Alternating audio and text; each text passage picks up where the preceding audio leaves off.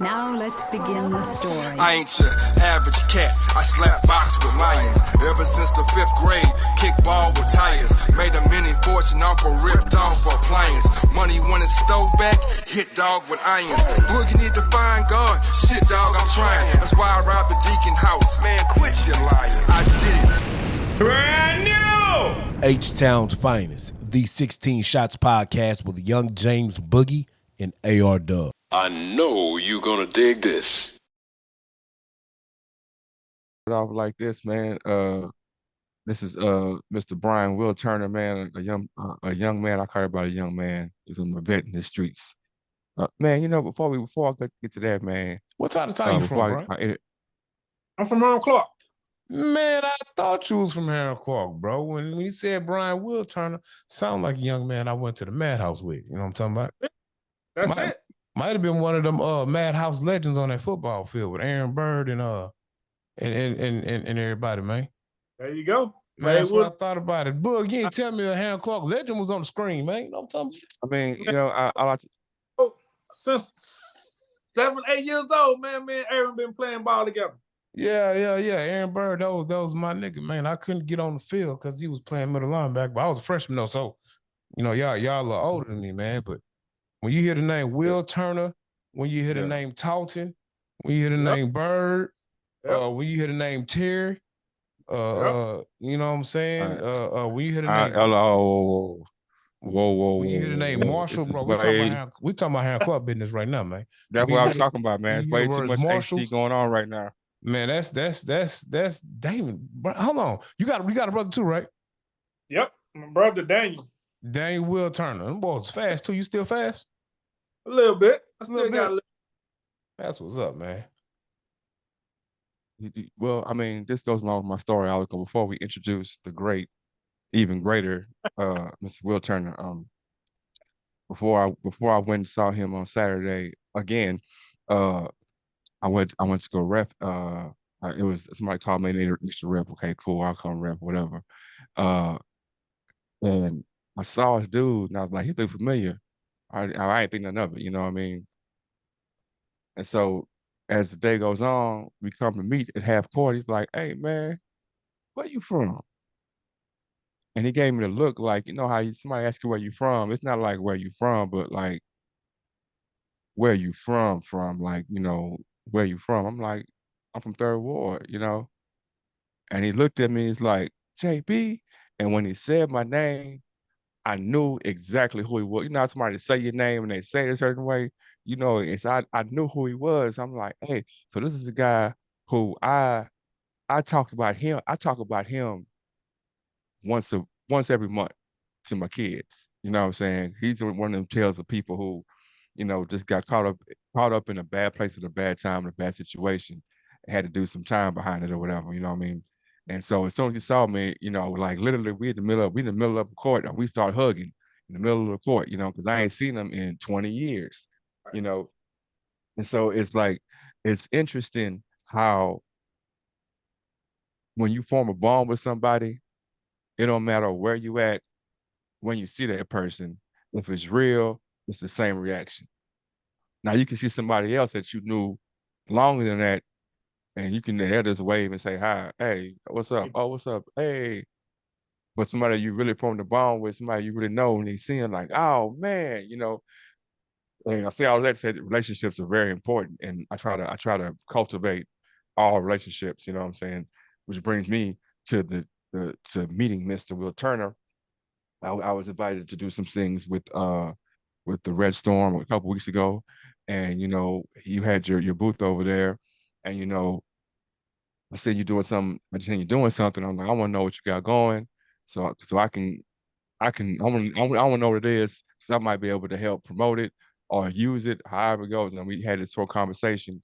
So I would like for you to tell the people, one, what you were promoting at the time, what you got right there, and we'll talk about more with this. Tell people about the Pocket. So the Pocket, it's a product that was created for safer traffic stops, for police officers and for drivers, man, just to make sure the way that we enter traffic stops is the way we need to start leaving them, not being shot and harassed when asked to reach for our license and insurance. I think it's a great product to have in your vehicle, man, just to make sure we can start surviving these encounters with police officers, and just so the situation won't turn bad just for a simple traffic stop. What was the inspiration behind you making this pocket? So man, it was the Philando Castile murder. When Philando Castile got murdered by the police, man, for asking to reach for his license and insurance. I don't know if you guys know about the story or not, but this young man did everything right. He did everything the police officer asked him to do, man. But when he reached for his license and insurance, you know, he got shot like 8 times. So, and the police officer got off. So that was the day that I knew that I had to do something. Like I'm a truck driver by trade, man, and I was like, what can I do? Like what one person can do, and as long as you stay true to yourself, man, I think one person can do a lot, man. You just got to stay committed, man, and trust the process, and you can make things happen in this world. So that's what I did, man. I just had to come up with a situation, with a product that will protect my son if he was to get pulled over by police. And the reason why I created it, because it wasn't nothing on the market. It wasn't nothing that I can find to protect my son when he get pulled over by the police. I searched high and low for it. So it came to the point I couldn't find none, so I had to create it. So that's what I did, man. I just created something for my son just to make sure he can start surviving police encounters if he was to get pulled over. That's what's up. That's what's up. Is there, when you say that, what I think to myself is that there's something different inside of you, because a lot of us see injustice or see things that happen and we have a speech about it, we post a Facebook post about it or whatever, but that it ends there, you know. But you actually decided that you were going to take action to make something happen. What is there an entrepreneurial or inventor spirit in your family or that you grew up with that made you decide to create this pocket? Man, it was me, man. As far as I can remember, I was the one at the school selling the candy, selling the soda, selling the chips, selling whatever I had to sell just to make a few dollars, man.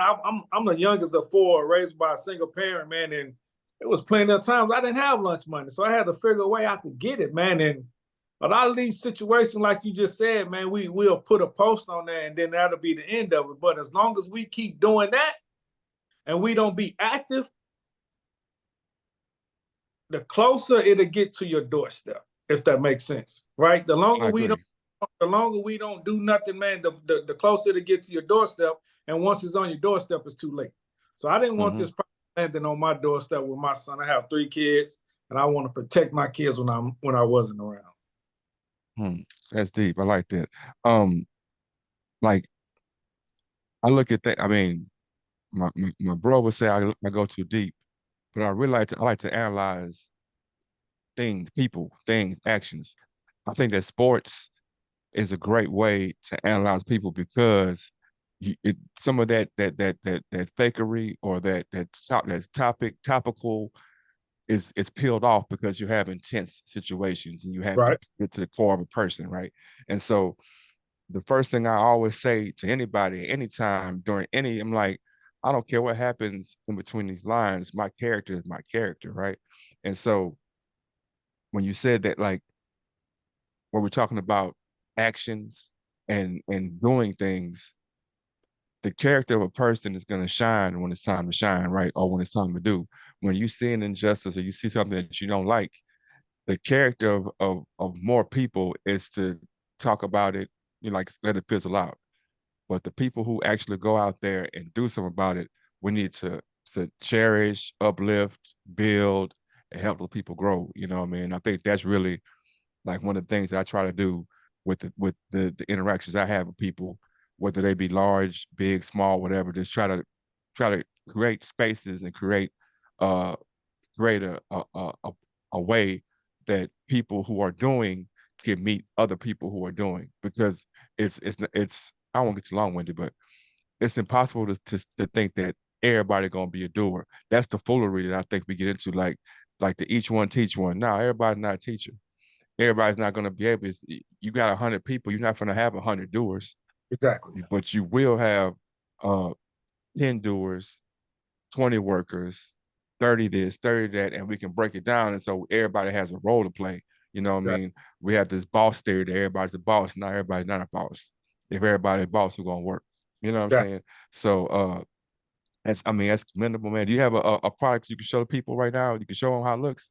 Yeah. So this is the product, man, of Pocket USA. So this product, it comes with a magnet on the back of it for those who have a metal door. So some of them that have the fiberglass or the aluminum door, the magnet won't stick. So I added the suction cup to it. So now you can stick it on your window. So you will, when you purchase this product, first thing you'll do is put your insurance in it.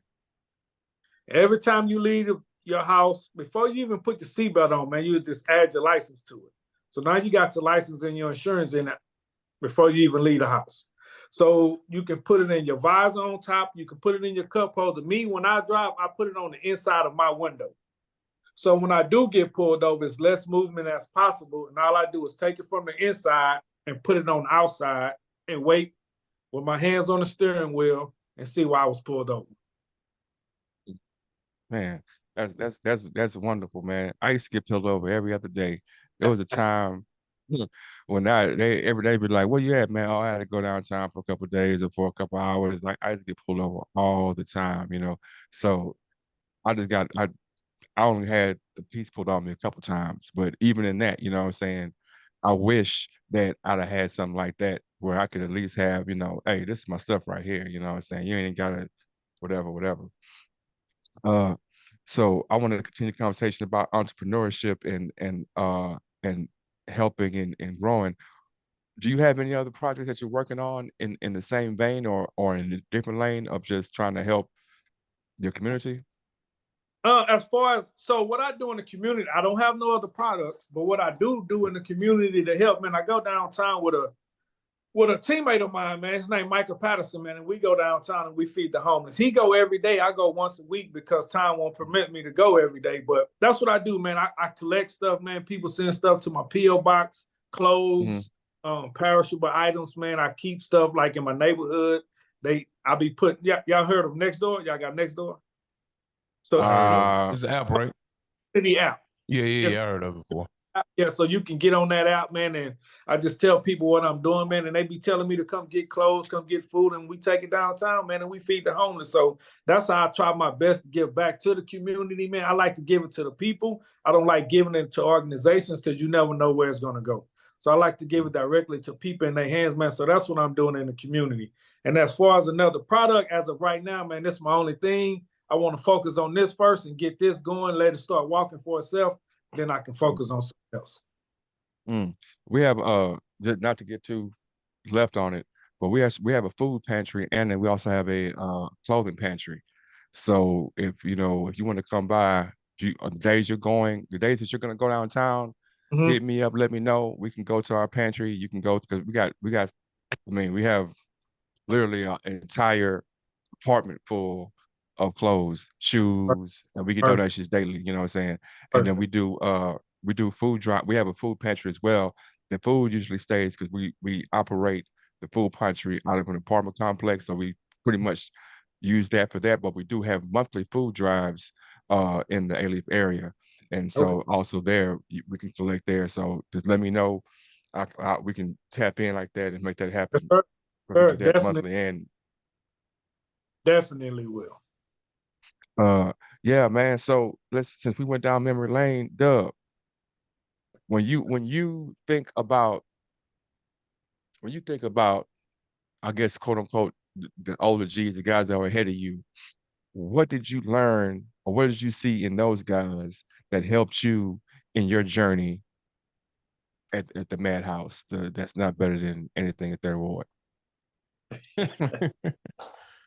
I mean, it was pretty cool. You know, I went to Madison for 2 years, then I transferred and went to Berthen. But, you know, within those 2 years, it was my first 2 years in high school. And just you know, it wasn't what some people think, man. We had a good group of older guys, regardless of what they were dealing with. You know, they treated the younger dudes on the campus, you know, with respect. You know, you had all kind of stuff like freshman slam day. So yeah, I was a big dude as a freshman. So I got triple team dumped on my head by y'all and KT and all of them boys. But you know what I'm saying? Them boys like show guidance. Like I remember I was in the 8th grade, man. I wasn't going to Madison yet. I was going to Lincoln still. And it was that summer, and I was walking to Madison for summer practice, voluntary practice, man. And we had a homie from Brentwood, Chris Wheeler. You know what I'm saying? No matter what Chris Wheeler saw you at, Chris Wheeler gonna pick you up, give you a ride. If he got something, you got it. Same thing with the Marshall boys as well. You know what I'm saying? They always looked at. You know, you could be in a situation where you won that school, you was at a party at a club or something. And, you know, you see them boys, they got your back. Cause we all from the club, we all with Madison. You know, we even had situations with people like Sean Smith, had a class with him. If you didn't understand what was going on, he'll help you out. So these boys will fight with you and they'll help you pass class. You know what I'm saying? And everything in between. So that's the experience I had with the OGs and Clark that I went to school with, man. So it was all positive. Really wasn't no bullshit going on unless you run from the Clark. Then you're gonna catch these hands. But you know, outside of that. Hey, how in touch are you with the current batch of Marlins? For me, Yeah. not at all, bro. Mm. I mean, What 1,000% honest, not at all, bro. what about you, Mr. Turner, Wilturner? Man, I said I'm gonna start engaging back with them, man. But yeah, same, man. I mean, I got kids of my own now, and I'm so Yeah, focused on them in their schools. It's hard to yeah, do. I agree. So, and this is where I'm going with But you this. know what, Book? And then I'm But gonna let you cook. what? It's a different school now, though, bro. It ain't the same Madison it was. You know what I'm saying? It's a little different. It's a little different vibe, a little different school. Hell, it's even a little bit of a different demographic with the kid that is there. It's not an excuse for us not going back and putting in. But it's just a little bit different vibe hot before it was, you know, like in the 90s and early 2000s, bro. I mean, that's fair. I would assume it would be different. You know, as time changes, people change, things change.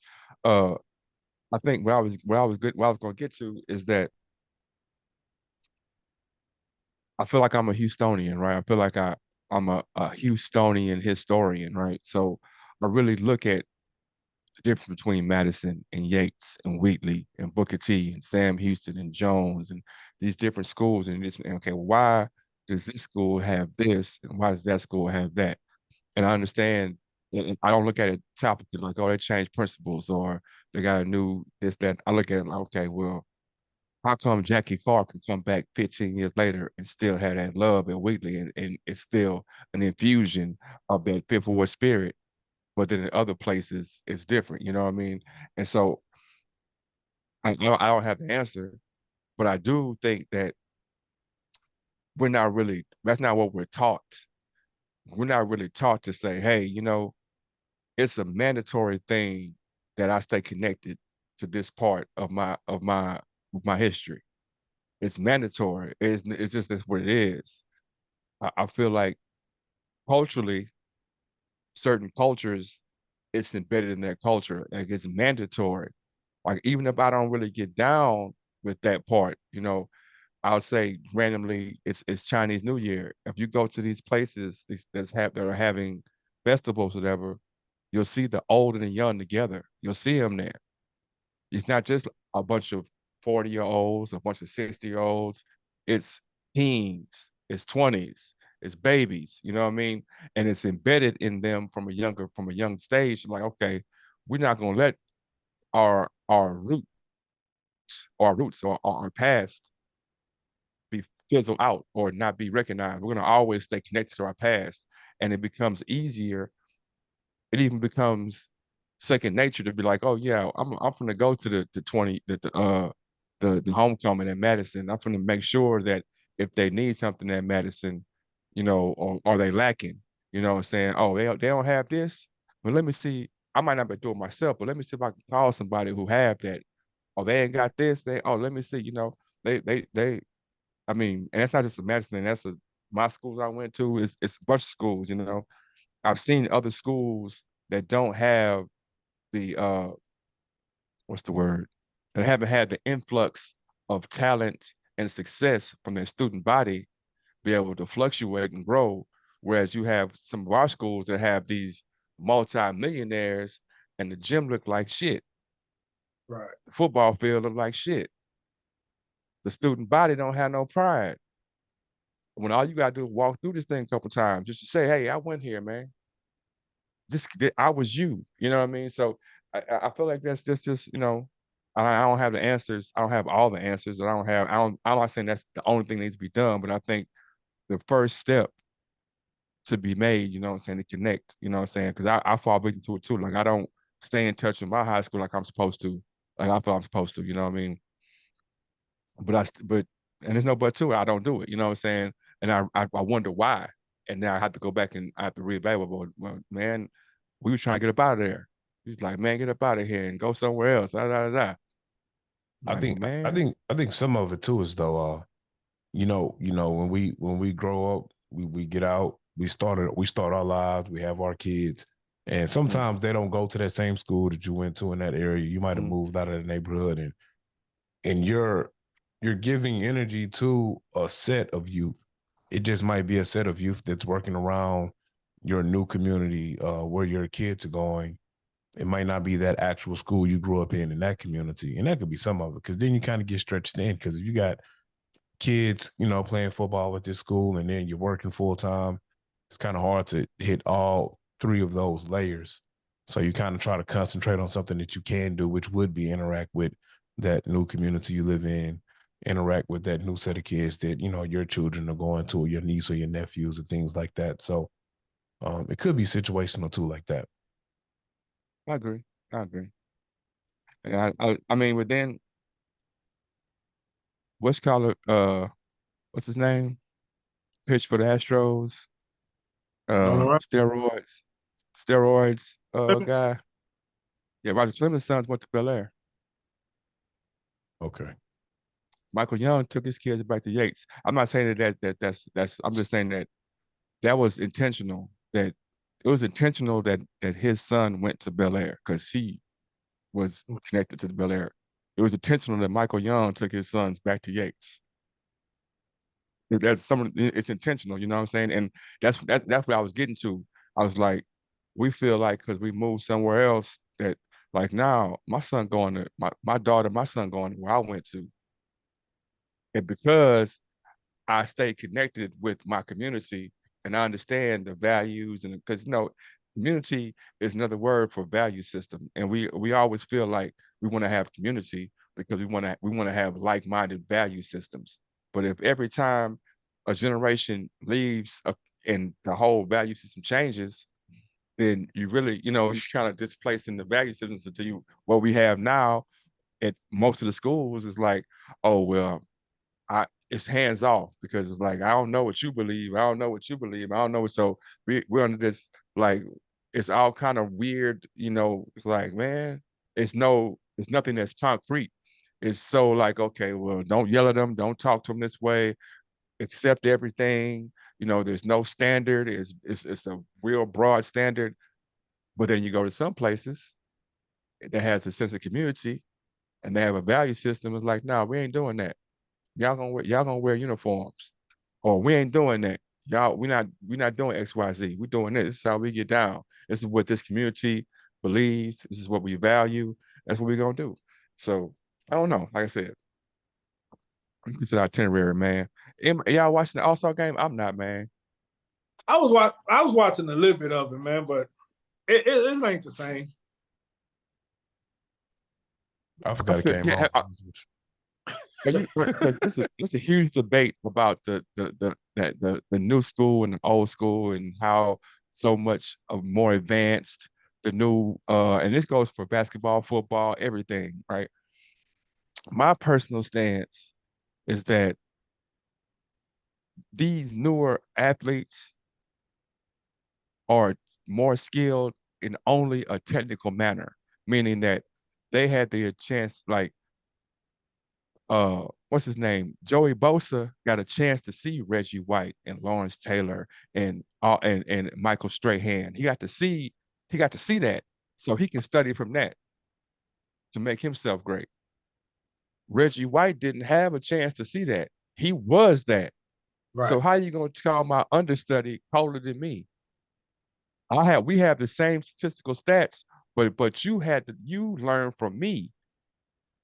So how are you saying that? And I use that to say the dunk contest is like, man, these new guys don't want to get like a great friend of mine. He said the dunk contest is a love letter from the players to the fans, showing their appreciation for this is like, yeah, man, I appreciate y'all. Y'all give me all these things. Let me give y'all what y'all want to see, right? The dunk contest, the coldest dunkers doing the coldest moves, so we can sit back and enjoy that. That's a love. That's a love letter. But they don't let the game like that, man. I think it's more about business to these guys now, man. Because LeBron should have been in the dunk contest at least once, But it's a business now, so I think they don't want to hurt their brands, man. If they do get in there and don't do good or don't win, I think they're afraid of hurting their brand, man. I can understand them feeling that way, and but they have to understand me saying that's weak hearted to me, man. Because like Jordan, Dominique, they could have hurt their brand too. Kobe, they say that's why they always went out there and gave it they all, man. Because the ordinary fan don't have enough. So when they spend their lives to come watch and play, that's why they play hard every game, bro. Because they don't know who came and who spent their lives to come watch. And They don't even know. with like Jordan and Dominique, you got to have a winner and a loser, bro. And it didn't hurt either one on brand, bro. It honestly, it made their brand stronger because you had two of the premier superstars in the league doing that shit in game, and then they going battling at the dunk contest, bro. Like even when Vince was in there, it was some superstars in there still competing against them. Like, yeah, these new dudes is off.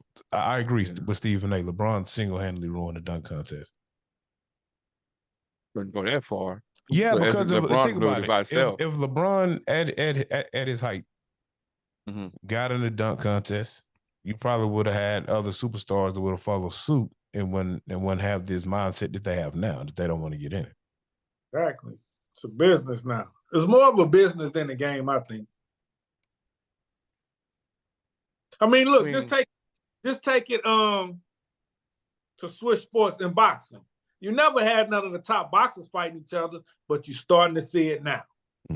Yeah. Some these olds finna start leaving because now they finna start fighting each other now because they see the business side of it.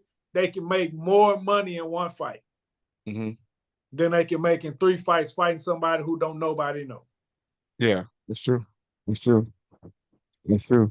But what I'm saying is, what's the big contest, right? Like, like some of these guys understand, like a guy like Matt McClung, right? Who won, right? He understands that if I win this is big. This is gonna be bigger than my whole career. Yep. It's gonna be my now. We understand this. The superstars don't really understand, don't see it. Like they say, like, well, I'm making 45 million a year, 35 million. What's extra?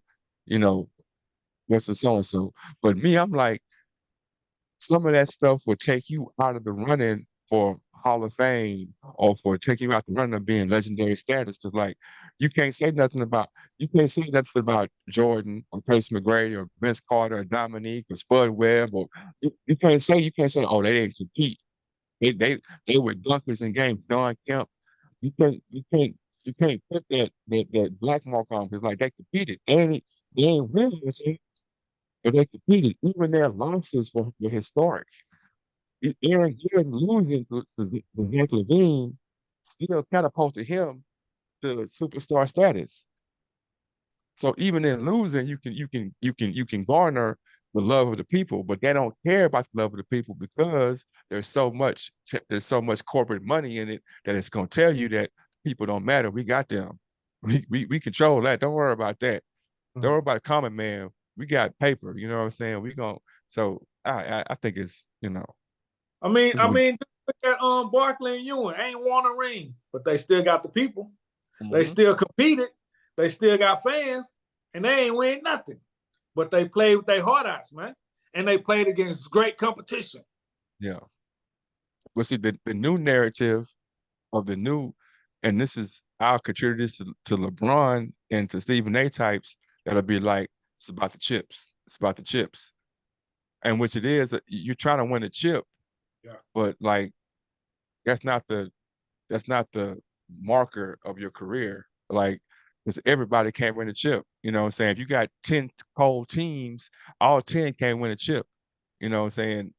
If one team wins, that team is super cold. That team is a great team. You know, one team keep winning chips, but law of averages has showed us over 75 years that, ain't but one team that won 10, 11 chips. Everybody, another team got 6. Everybody else got, 5 over 25 years, 10 over 20 years, so or 30 years. So yeah, it's one. Or one. Yeah, or one. Bill Walton got one. And they're like, man, one. Yep. And one. Clyde the Glide got low key got one. Yeah, he got one. He got one. With the Rockets, yeah. That last Yeah, one. he went 3. Yeah. He went 3 times, but he got one. Man, Doug. When it comes to I wrote this down. I gotta go to my notes, man. I wrote this down. Let's see. Dubular. I kind of feel weird because it's 2 of y'all hung trucks at the same time. I mean, y'all be, okay. Sticking with this new and old Scott in Pirates Night. He had the commentary about Big Mike winning Killer Mike winning the Grammy for best rap song, best rap album, and best rap sequence, right? And Travis Scott was like, man, how did he win and he don't have the numbers? His album didn't do the numbers that mine did. It made me think like how much the pendulum has swung in our community when it comes to art, right? So growing up, we had people that we liked. E40 didn't sell a million records. Too Short didn't sell a million, but Scarface didn't sell a million records or whatever. They sold records, but they weren't the top selling artists. But they still had huge, Joe Buddens. You can go on and on with names of artists that went on TV every day, but had huge, large followings. But Travis Scott's generation is like, if I have the following and the sales, I should be the best. What do you think about that, Doug? I mean, when it comes to the awards, it's not judged on the actual album sales. It's judged on people listening to the music and they're deeming what songs should win said awards. I think numbers should count for something, but in these days when inflated numbers, stream forms, things like that, they playing games with these bundles. And Travis Scott is one of the recipients of that, playing games with bundles where they might sell a CD. I mean, they might sell a project to come with some merch. Buy a ticket to the show would come with some merch and a stream, and it count as a stream. And that's how they're playing with these numbers. So these numbers not even organic anyway, in my eyes. Not all of them, at least. Here's the question: why do you think numbers should be a factor in whether your album was good?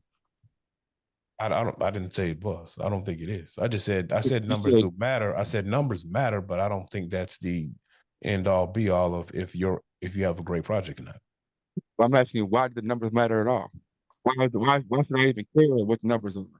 Well, I mean, the numbers are going to matter to a business standpoint because that's how some of these artists go to some of these entities and figure out, hey, I got this amount of fan base over here. My last project did these numbers over there. So they do use those numbers to calculate something and the artist uses that for leverage for something. So that's why numbers do matter.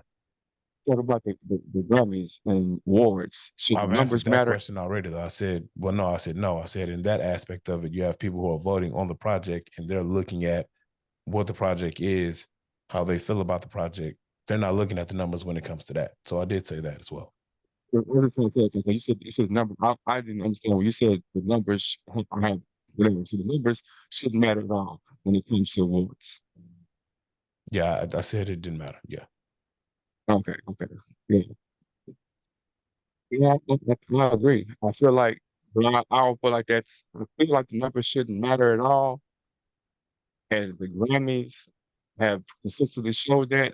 But on the flip side, Jay-Z got on stage and had a big Well, you know, his shit about his wife winning all these Grammys and not getting Album of the Year award. And the only evidence that he could say that this is Album of the Year is saying that numbers. That's the only evidence he could say, because if I'm saying we're picking the best albums and it's 5 albums and they're saying Adele, they're saying this person, that person, that person, like how can you just argue with somebody's opinion of like you saying, oh, because she won the best, she had a good song, and that means she had the best album? So I'm just thinking he must be talking about numbers.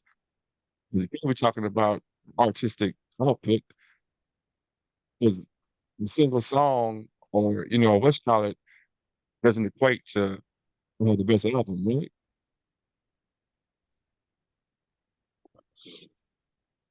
Mhm. I want to know how do that, like how would they decide without the numbers? See, I don't think they use that. I don't think, and this is from my understanding of when it comes to these awards, it's not about who sold the most records. It should be about you have a group of critics who are listening to the projects and they're rating the projects. I don't know if they use record sales as part of their criteria to judge who gets best album of the year, who gets best pop song of the year. I don't know if they're using analytics like numbers to go into their deciding if this song or this project should win. I'm assuming that they're just going by the quality of the project that they're sitting there listening to. Now, the other piece of it is it's kind of murky because it's big business. So you have record labels who are muddying the waters with I'm assuming it's some form of payola to get this artist this many nominations and things like that. Because it's not like this panel of judges sit back and they're just perusing through all the music and they're like, hey, you know what, man, I like JB's project that he put out this year. I think there should be a nomination. I think the actual record label has their hand in submitting projects and artists for nominations. And correct me if I'm wrong, Book, because you might know a little bit more about it than me. So The process of submitting your work when this company label, this comes from, you know, now a label it have better labels have better connections to the actual people, you know. So if I'm an executive at Sony, of course I have a better relationship with the Grammy, you know, voter than me, you know what I'm saying? Because we run in the same circles. But and the general thinking from most people, or just the general thinking is that okay, this project did very well. Once people liked it, course, it has to be a nominee for the best album artist. You know, like there is a, a fair and common sense look at it. Like, okay, yeah, Hammer, everybody in Mama Jam is Hammer, so it wouldn't make sense. It wouldn't be feasible to not say Hammer is nominated for the album of the year. Now it gets funny because in that same year you have Hammer, you have projects that are critically acclaimed and they're deeper, they have more substance. I mean, and it's like, okay, as loud as Hitler is, you might not get to hear something that's up under that. That doesn't have that machine behind it, or not even the machine, just the fanfare behind it.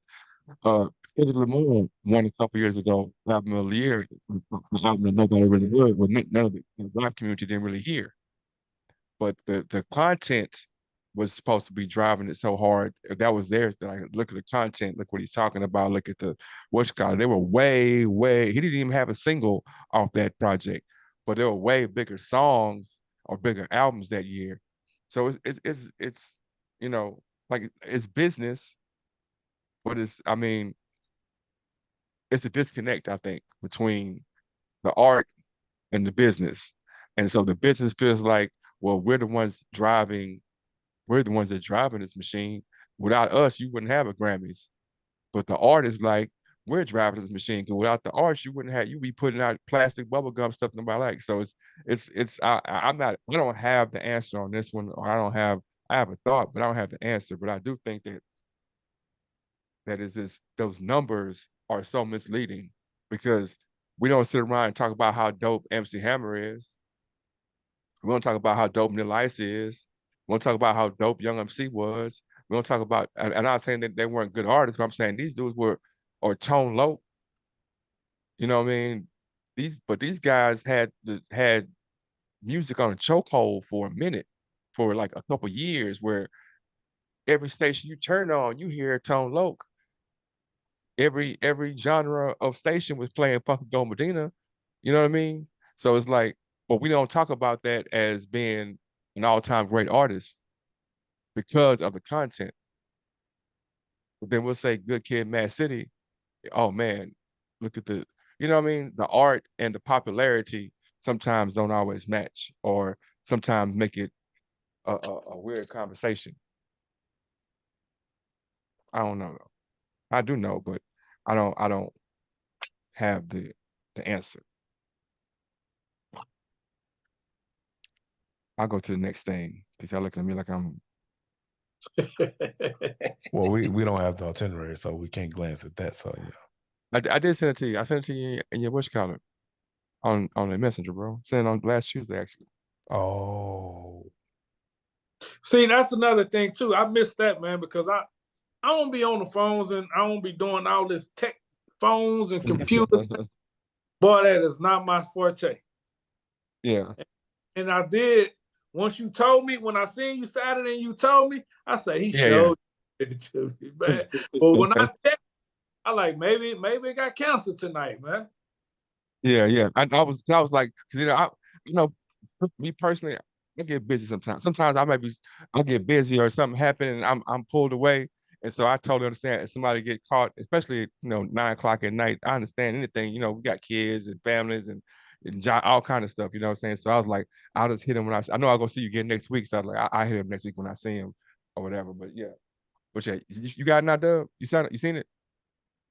My phone dead. I'm rolling with you. I just Oh, looked at okay. my phone. My phone just died, bro. I'm good though. All right, no problem, no problem.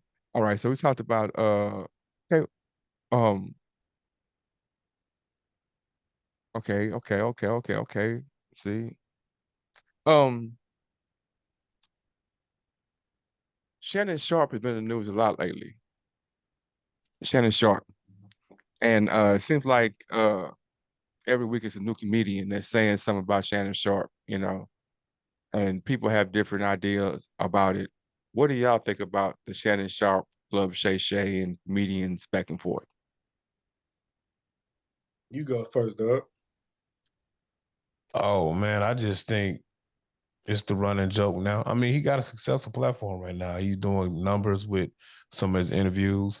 A couple of the main interviews he's doing big numbers with happen to do with comedians airing out their grievances with other comedians or other entertainment figures. So when you get a little bit of mess, you're gonna get a little bit of commentary behind it. And it's always been a running joke with Shannon Sharp gay, whether the man is or not, I don't know. But comedians are just giving rebuttal to the people who are commenting on his platform, and they're also giving them a little bit of these jokes as well. So I kind of feel like when you're in the public eye like that as a entertainment figure, because that's what Shannon Sharp is now. He's a sports analyst and he's an entertainment figure. I mean, that come with the territory. You know what I'm saying? Me personally, man, I like the platform. I like what he gonna let you get on there and talk. He ain't gonna overtalk. He ain't gonna try to stop you. What I don't like is the negativity as far as like with him and the Mike Epps situation. Yeah. And once you on that forefront, man, you gotta have tough skin because people gonna say stuff about you, man. You gotta have tough skin. Now, if they ain't talking about hurting your family and your kids, but when Mike Epps came with that click, yeah, now we gotta stand on something, right? Because as long as we going back and forth and all that, like Shannon Sharp said, you can call me gay, you can call me out, that stuff don't bother me. But once you start like coming at me in the wrong way, my family, my kids, yeah. Now we got to see each other. But I wouldn't do it on no social media or nothing like that. I'm gonna have my people call your people because they can do it that way. Because you never know who watching. And that's why our kids are the way they are, man. They thinking everything got to be handled with a gun or with a hands. No, man, we at the time, man, we got to start coming together, man, and speaking like young men and young women, man, to stop all this foolishness, man. That's my personal opinion. And that's why I'm glad they had the photo op. That's why I'm glad they sat down and had a conversation as men. And I think I told Bug this last week. Like I didn't. It shouldn't have got to where it got to. It shouldn't have got. It, yeah. It shouldn't have gotten to the even premise that somebody was gonna do something to Shannon Sharp over Mike Epps. I don't think that those two young men, them two dudes, is too rich, too successful, and too old to do something stupid to each other. But Boog did bring up a point about other people involved. And it should have never got to that point. Shannon should have had enough. Shannon should have called him personally. Right. Now, I don't know if he did at first, and that was his way of trying to get his attention. It's a lot of this internet going back and forth going on. I'm not really a big fan of that at all. But I do like that they put the photo op out, showed who they sat down and talked about it, cleared the air, and they're good. So I like that piece of it. Yeah. Yeah, I think it's a lot of old school, new school, and you know, as much as we've evolved in the digital age where we are right now, we're still seeing people who are moving like it's 1985 and 2024. You know what I'm saying? It's like Shannon Sharp got to the point where he was like, well, I'm gonna see you, bro. Like Shannon Sharp is the one who kicked off everything with I'm gonna see you, you know what I'm saying? And Mike F's like, bro, hold up, man. Now, you know what I do for a living. I'm a comedian, and you took it to some physicality. But the other piece I think that his I'ma see you, I don't think his I'ma see you was the I'ma see you that everybody was saying it was. I think Shannon Sharp saying I'ma see you is I'ma see you and I'ma ask you what's up. Say what you said. Now, it could be taken a different way because he said it aggressively, and then you got Chad Johnson jokingly pissing on the Flames, but I don't know. I don't think Shannon Sharp's I'ma see you was like, on site like some of these rappers I'ma see you. I think it was what it was. When I see you, you're gonna have to tell me that to my face. We're gonna have to have this conversation like men. I mean, that's what I mean. If my intention really is to talk to you like a man, then I'm gonna call you like a man. Now there's a space to say he tried to do it and he wouldn't do it, so I had to get online and whatever. Maybe I doubt it though, because Shannon builds his platform on honesty and upfrontness. Let me So ask you he's this. Well, what happens when the disrespect is public though? So if the disrespect was public, why does and I'm not saying it's right, but if the disrespect was public, why does me asking you about it comeback have to be private? Yeah. You disrespected me publicly, so let me tell you, I'm gonna be in your city. When you see me, you're gonna have to you're gonna have to see me. We're gonna have to have a conversation. We're gonna have to do that. You're gonna have to do that. Well, my response to that would be, how can a comedian disrespect you, man? He's not telling the truth. He's joking. He's telling jokes. He's a comedian. And to Mike Epps' point, if that's the case, how come you don't be saying about Saturday Night Live? How can you like Saturday Night Live had a whole skit about you, but you ain't get on there and be like, but Shannon was clear, but that's what you're missing. Shannon was clear about the fact that he didn't care about the jokes. It wasn't the jokes that he was addressing. He's addressing Mike Epps. The only thing he said he's mad at Mike. He said Max Epps lied about him trying to be on the show, right? Yeah, so he wasn't addressing the jokes. Hold up, but I'm saying he's picking and choosing what Mike Epps is saying to be honest, to be fake, because a comedian will say anything. This is why they're comedians. This is part of big community. You can say anything. It doesn't have to be all factual. Like this is not like if you feel that comedian is up there saying, well, I'm gonna tell a joke, but I can't stretch the truth here or there. He's a comedian. He's telling jokes. You know what I'm saying? And he took offense to the joke because he felt like it was painting him in a light that wasn't true, which I can understand. But if that's the case, then I'm not that joke. That part of the joke wasn't real. So, but I you know what I'm saying? As opposed to, man, you lied on my name. Like that's you taking it personal. That's you not having a thick skin. Because if I'm telling 100 jokes, but one part of my joke, you're like, I ain't mad at you calling me gay. I ain't mad at you calling this, but you lied on my name. And that's the one. Like, bro, I done told 30 jokes. How you pick this one thing out of 30 things to be mad about? I don't agree with that take, but That's fair. I'm just saying, but is there because validity in I saying, I don't believe that just because you're a comedian, that give you the pass to say whatever you want to say in the guise of I'm a comedian, so I'm cracking jokes, I can get away with it. I don't believe that either. I believe You even told- even if you are a comedian, you should have some tact. you've told jokes about me on this podcast that is no truth in them, You have to. and So told what's the point? no, hold on. What I'm saying is that you said like, oh man, this dude dunked on you and threw aspirins on the court, right? Okay. And I'm like, okay, but I'm not gonna say, man, no, man, you lying on my neck. I'm saying I understand that it's a joke. That ain't the same though. Why not? But You that's not, not are the you telling same the at truth? all. No, that's not the same at all. How not to you it's not the same, but I'm saying it's the same concept. You telling something that's not true. No, And that's not somebody true. who's not there wouldn't know it. No, somebody who wasn't there who takes your word for it gonna be like, oh man, you're saying something happened to me that never happened. Okay. And so what I'm saying, so but because I don't take it that way, then we can keep moving. Because I'm like, oh, he's telling a joke. So it's no harm, no foul. Even if I don't like the joke, even if it's not true, it's a joke. You know what I'm saying? But like I said, I feel like it's if I really want to get in contact, I don't think it's a world we live in that Shannon Sharp couldn't get in contact with Mike Epps outside of getting on and telling him that when I come to your town, I'm gonna see you. That's nonsensical to me. So now we take a situation that was a comedian talking to now we talking about gunplay to now, you know what I'm saying? And like I said, I'm glad they pieced it out. But now we have Eddie Griffin going on the same tangent about, calling him club gay or whatever. And that's why I'm saying as a community, as a society, as a group of people, why do we agree that some jokes are okay and some jokes aren't? Like, how many R. Kelly jokes have we heard over the last prior to him being incarcerated? How many R. Kelly jokes have you heard from it was okay to make fun of this real life situation?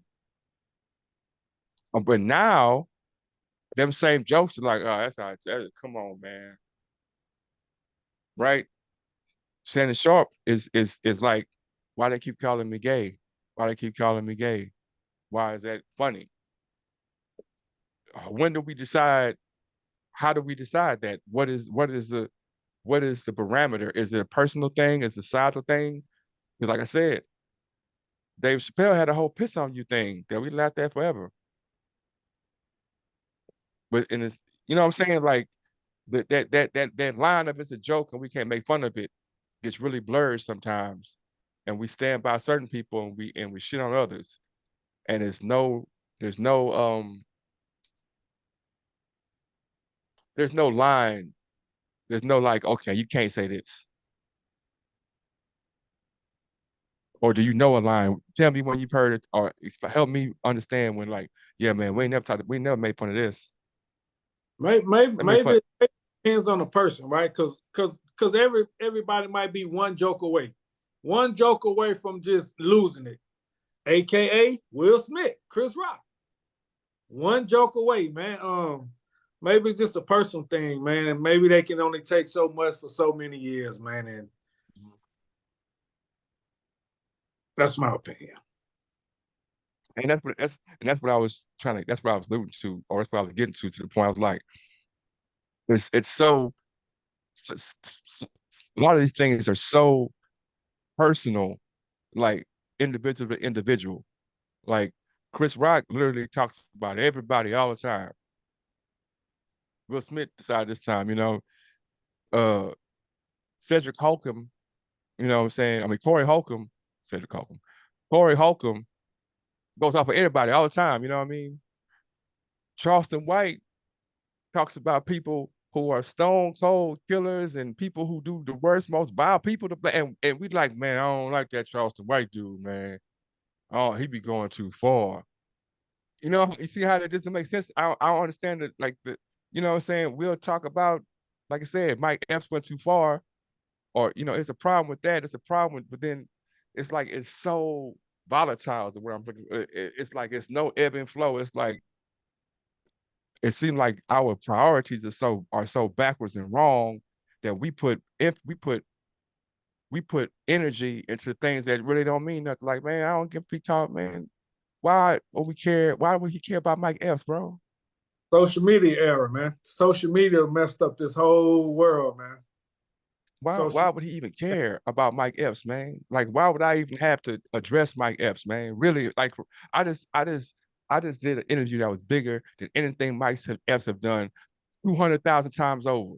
So why do I feel, I'm prideful, bro. I'm prideful and I'm worried about the wrong things, man. I'm worried about the wrong things, man. That's what it comes down to me sometimes. So, it's one person, man. I don't care how much they talk about this woman, say anything about this woman, she'll never respond. Beyonce, bro. You'll never hear Beyonce respond to none of it. No, I applaud her for that, man. Why waste your energy on something, especially some people you would never see in life? Why waste your energy on that? It's certain fan bases.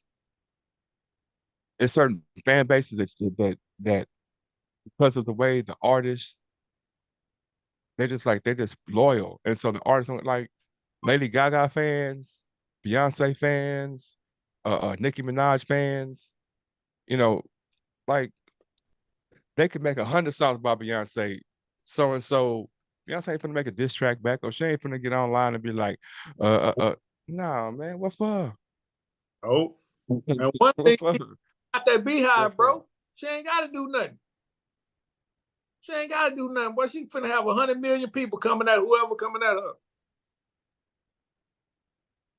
What the Barbs do? The Cardi B fans, when Nicki Minaj dropped her album, decided just to go download Cardi B song. They ain't say let's throw darts at Nicki Minaj. Now let's go buy a Cardi B album to push her numbers up so Nicki ain't first place. That's petty, but that shows the power of not responding.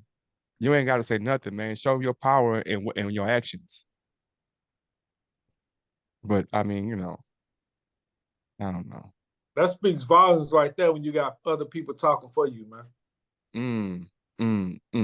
But in defense of Shannon Sharpe, like I said, he's growing in this space. He's growing and he's showing he's maturing in this space. And sometimes we see the maturity in real time very quickly. You know what I'm saying? Like he said, he came back and said, I'm not gonna beef nobody no more. You know what I'm saying? Because it's not worth it. You know what I'm saying? And even when it's not worth it. Like, why? You know what I'm saying? Why would I be beefing with somebody? Like, I'm not a rapper. I'm not a boxer. I'm a talk show. You know what I'm saying? I do interviews. You know what I mean? Gayle King ain't beefing nobody. You know what I'm saying? They had a whole, King only do interviews with black folks. Like, she's still doing interviews. She just got a new show on Good Morning America with Charles Barkley. You know what I'm saying? Like, I ain't respond to that, man. I just keep moving forward and let them talk what they talk. Oh, Barkley got a show together now? That's a crazy combination, bro. I was just trying to process that when you said it. Yeah, it's been I want to say it's been going for a couple months now. What do they talk Barkley, about? Everything. Oh shit. Okay. No, Charles Barkley is like one of the largest public figures. Like Charles Barkley is a thing. You know what I'm saying? And so is Gayle. What's it called? What's the show called? Got me doing research live on the air. Barkley and Shaq, when they ever figure out it, man, get some kind of show going together, that's gonna be a good one. Yeah, they have what's the name of the show though?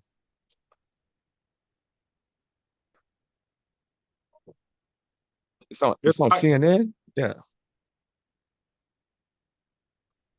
yeah. King Charles. Okay, yeah. So they're doing a short run. They're doing short runs because of their schedules, but it's on CNN. It's called King Charles. See what they did there. yeah. Which Yeah. so we can close on that note. What do you think, or what do y'all think is the end game for the popularity of, or the end game for these popular celebs slash entrepreneurs? Like, what's the end game in the new digital market? Like, uh, for example, we see Charleston White go viral with his takes to the point where now he's doing interviews, to now he's using those interviews to fund his comedic career, using that money to fund his philanthropic endeavors. We see the maturity of how, he takes this thing that was a free phone on the phone. Now he's, interviewing, going here and there, getting, 85 Slap Show, blah, blah, DJ Vlad, all this kind of thing. What is that the new pattern for success in entrepreneurship? Is it internet and then leveraging your internet success to fund your other endeavors? The Kyson now with the streaming, and now they're doing this, the Aiden Rosses, all these people. Is that the new, or is there still a space for grassroots, people to people entrepreneurship? I think I think it's a quicker way. The quicker way is using the social media to get to where you need to be at. Because a lot of people can't wait. A lot of people can't trust the process. Charleston White will tell you himself. When he first started and was talking sense and was talking about the community and how to help the community and all the stuff he was doing behind the scenes, nobody wanted to hear him until he started acting like a damn fool. That's when he started getting the popularity. And he still do the community stuff on the backside, but don't nobody see it. Don't nobody want to support that. They want to support the actor. Yeah. They want to entertain that. So he used that to get to, like you say, to profit his other businesses that he got going on in the background, which is smart. Man. Everybody get down is different. Everybody different, man. Bro. It just depends on what path you want to take, bro. And it also depends on what's most important to you. Is the stuff you was doing in the background before more important, or is the new adventure that you're on now more important? I just think it's whatever you want to do, bro. If you use, it's like rappers using rap. A lot of rappers don't use rap as just their career anymore. They use rap as that gateway into Hollywood or in the shows or in the things like that. So honestly, it's just what you want to do, what vision you see for yourself, and what path you want to take. I don't think it's a right or wrong answer to it. I don't think it's a right recipe or follow this path this way. Like with how we process content and can make content, the door's wide open. You can do whatever you want. Create your own lane, take it where you want to take it to. I don't think it's a set blueprint or map to do it. I agree.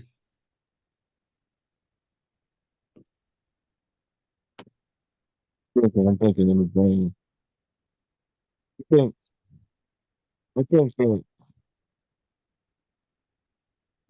that the internet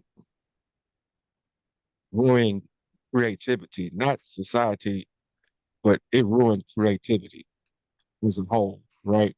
Because, like we said earlier, you have to be honest with the situation. And being honest, man, like, it's not 100 bosses in a room with 100 people. That's not sensible. That's not logical. That's not feasible. You can't have 100 people in a room and have 100 bosses, because you have other sections of work of that has to be done, right? We can't all be on flags either. You know what I'm saying? Like somebody gotta do fries, somebody gotta do burgers, somebody gotta make sure the lettuce and the what's called fresh, somebody gotta do inventory, somebody has to do the cashier, somebody has to do books, somebody has to do the outside. There's so many things, right? Now you can level up in your space, but feel like the internet because it's nothing but a highlight reel, right? And everything you see on the internet is a highlight reel. You know, really seeing like for example, we're not seeing all the hours that you put in to get to a certain point. We're not seeing the 5, 6, 7 years that you studied this thing. They're not saying the 5 years that you went and had to go fail at this thing and not do well at this thing. They're not saying that. What they're saying is you doing well at it, whatever it is, or they're seeing you succeed at it or shape they're not. And so as a normal forward thinking human being, all I'm seeing is the is right here, the first thing they say, oh, I can do that. Oh, I can do that. Well, you ain't doing it. You can do that. Hard ain't good with that. Hard you ain't doing it. Right? And what you end up giving is a whole bunch of duplication. Creativity gets killed because I'm not thinking to myself how to do it myself or how to create my own way. I'm not making the Pocket USA. I'm gonna make a replica of the Pocket. Oh, you know, man, I'm gonna do that same thing. I'm gonna call it the safety pocket and make it all black. But you know what I'm saying? And not only am I not putting out the quality product that was up before, but now I'm kind of flooding the market with a bunch of BS. So the eighth person who sees this is confused, like, man, it's about 5 of them things out there. I can't tell which one is the original, which one's the fake one.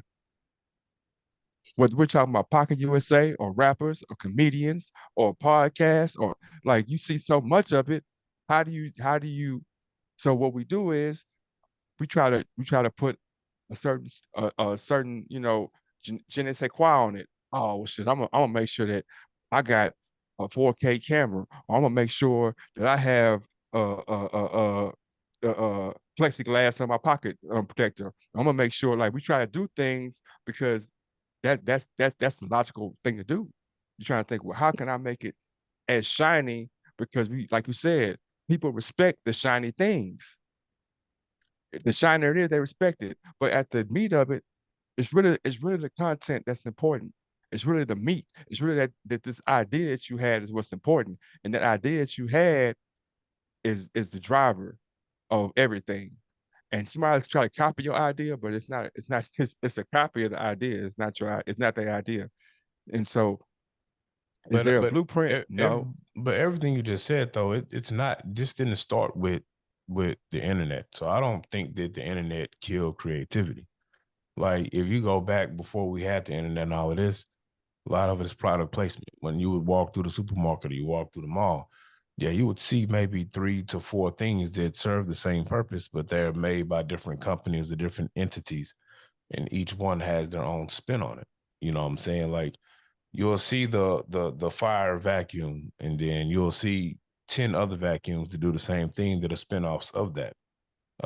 Some of it is people seeing the idea and saying, "Oh, I can create that idea and I can put my own spin on it because there's a need in that category." Um, Same thing with now.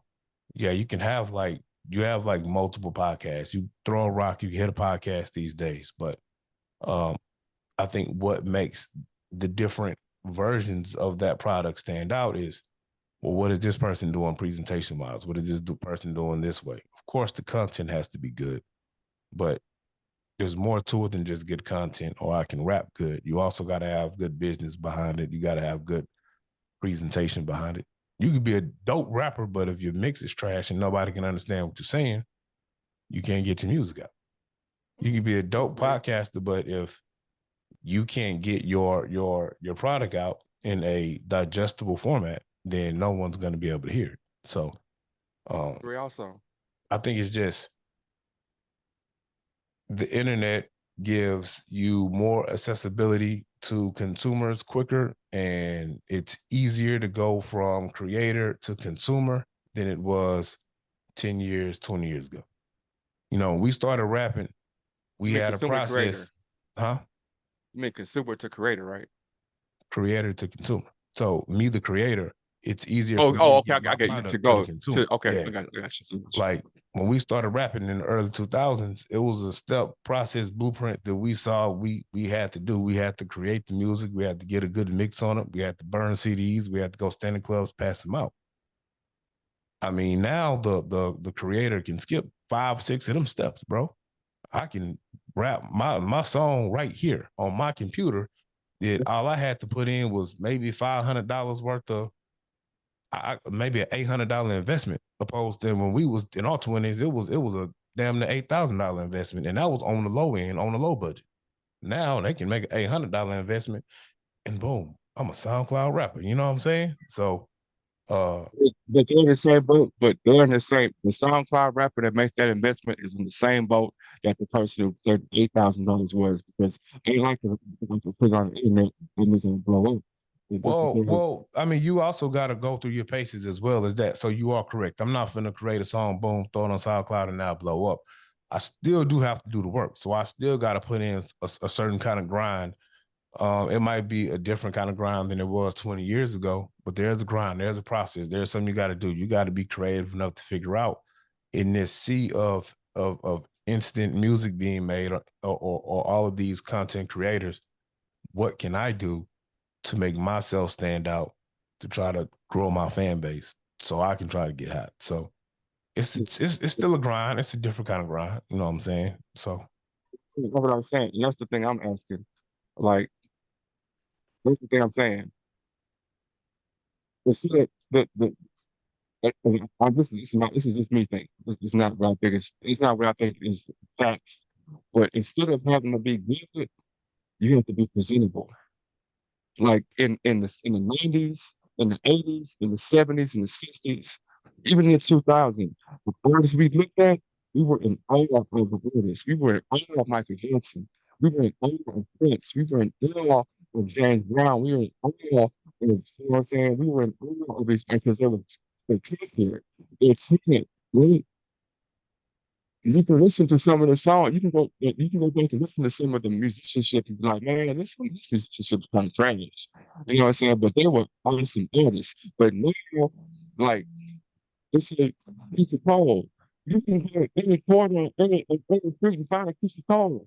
You can go in any corner, any street and find a Sexy Red. You can go in any corner, any street and find a lot of these artists. They are so related. I can go right now down the street around the corner and find me 17, 21 Savages. Easy, right?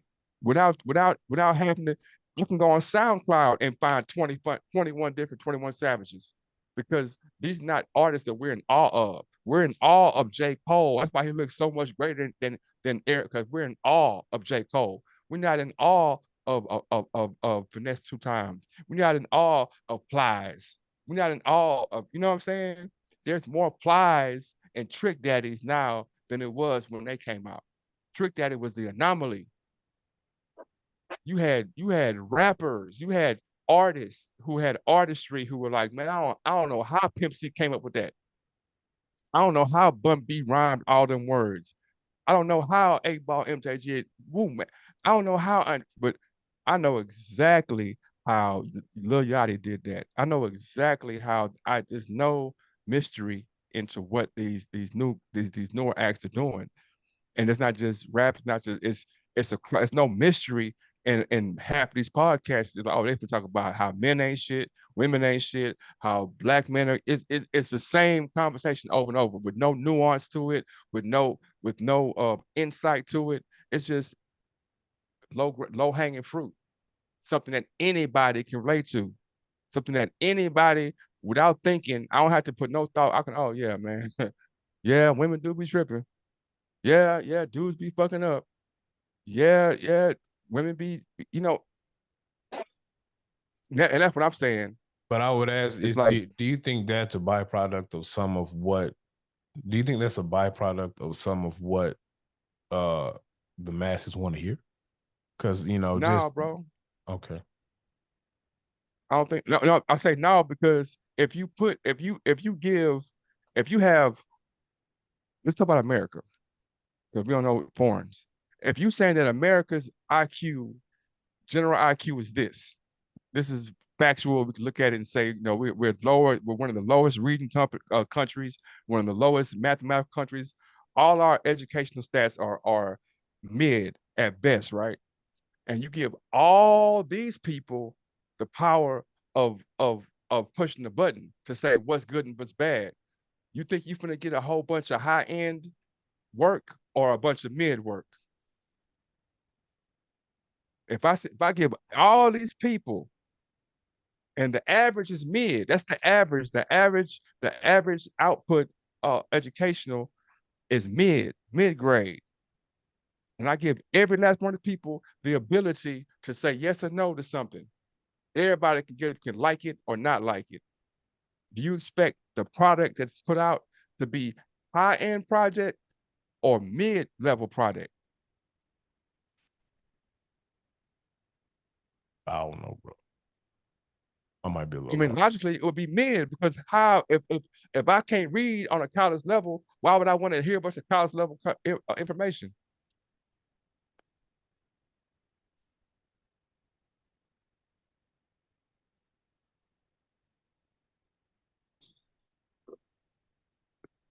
Oh, I don't know how I feel about this thing. I don't know. Just saying, logically speaking, if you're Because saying if we're honestly, you just said what I said earlier. You just said it a different way. You what I told me say, no.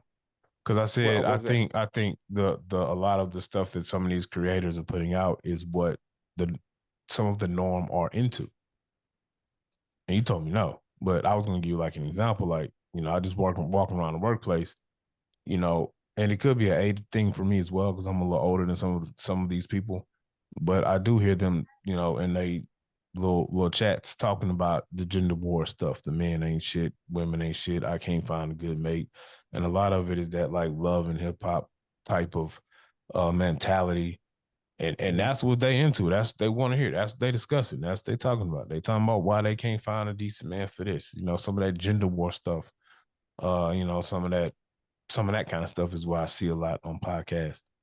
Uh, I seek out different information, but I'm into some different stuff too. So, I don't know.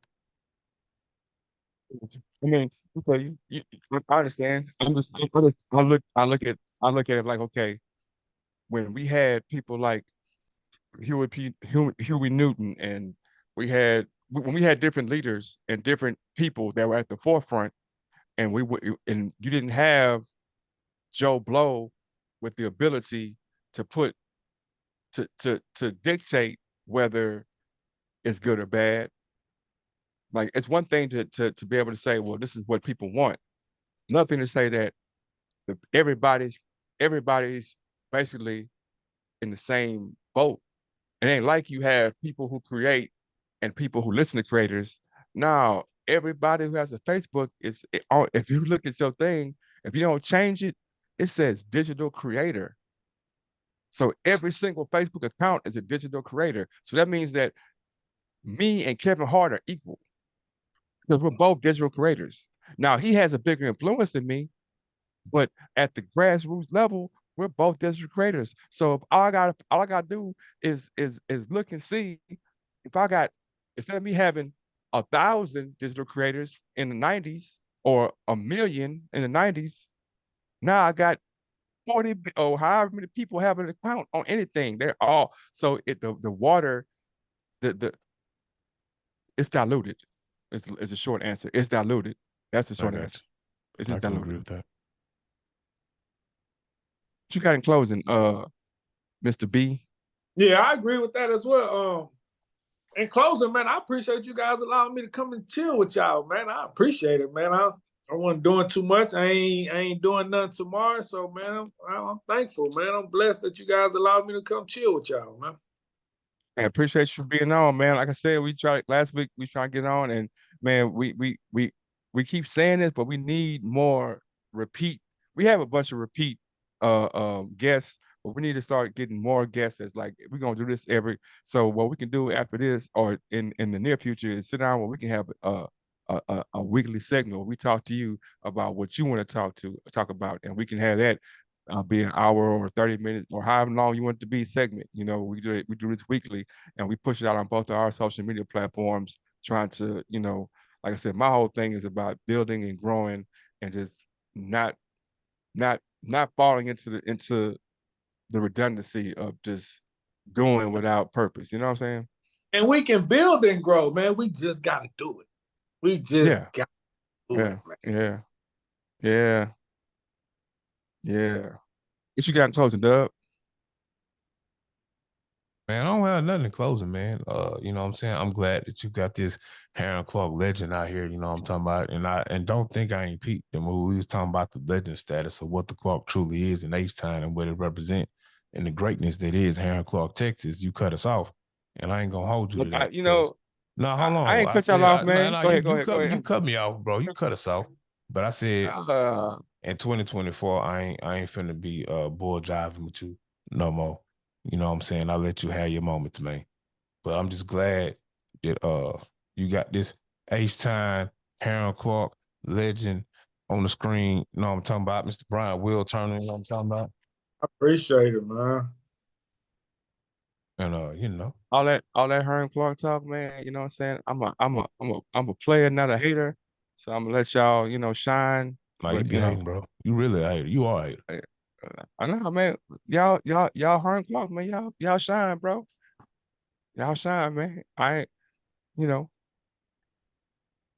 So I'm gonna do that, man. This you know, like, you know, y'all if I'm saying something about my hood, you know, so you can throw your hood up and leave it at that, man. That's what I'm gonna do. Nah, I got love for the trade, man. Hey, Brian, one more time for the listeners. Go ahead, tell them where they can purchase the Pocket USA. You gave us it's a great product. You gave us some backstory about it, and it sounds like something that every person should really have in their car. You know what I'm saying? While you were speaking about it, I kind of felt like, man, you know, I can see where that could be a great resource, because a lot of times my phone in my pocket, and you know, I'm a tech guy, so I got my Apple Wallet on my phone and everything in my pocket, and you know, I am a Second Amendment loving citizen. So, you know, sometimes my phone be right by my gun. So Right. you know, that'd be a great resource to be able to have my concealed carry license in there as well. So when they come to the car, I can just like, boop, there you go, don't shoot me. So 100%. So yeah, man, you can go to the pocketusa.com. You got free shipping on the product, man. That's how much I really want to make a difference, man, and make sure you have this product in your vehicle. If you have teenagers, man, that's driving, that's when it was created for my son when he was a teenager, man. So he won't become a victim of police brutality. So it's a great product for your teenager, man, so they don't have anxiety or they don't get flustered or get too overzealous when a police officer pull them over and just be talking loud and doing too much movement, and the police officer can take it as they reaching for something that's going to hurt a police officer, and he was threatened and his life was threatened. So the Pocket USA, man, it's a great product to have, man. It's on our social media, the Pocket USA, TikTok, what we got? Facebook, Instagram, YouTube, LinkedIn, man. I'm just trying to get it out there, man, and make sure we all start surviving these police encounters. all right, man. Yeah, check it out. The Pocket USA. You can find us on all social media websites. Whatever app you're using, you can go ahead and go down there, get the follow, check out the Pocket USA, follow, purchase the product. Great product to have in your vehicle for your safety, man. And outside of that, this has been another great episode of these 16 Shots Podcast with Young James Boogie. Young James Boogie, you are crazy. Hey, all dub. With Harold Clark's finest, Mr. Brian in the building. Peace. And we out. No, I'm talking about instruments to get the bitches, man.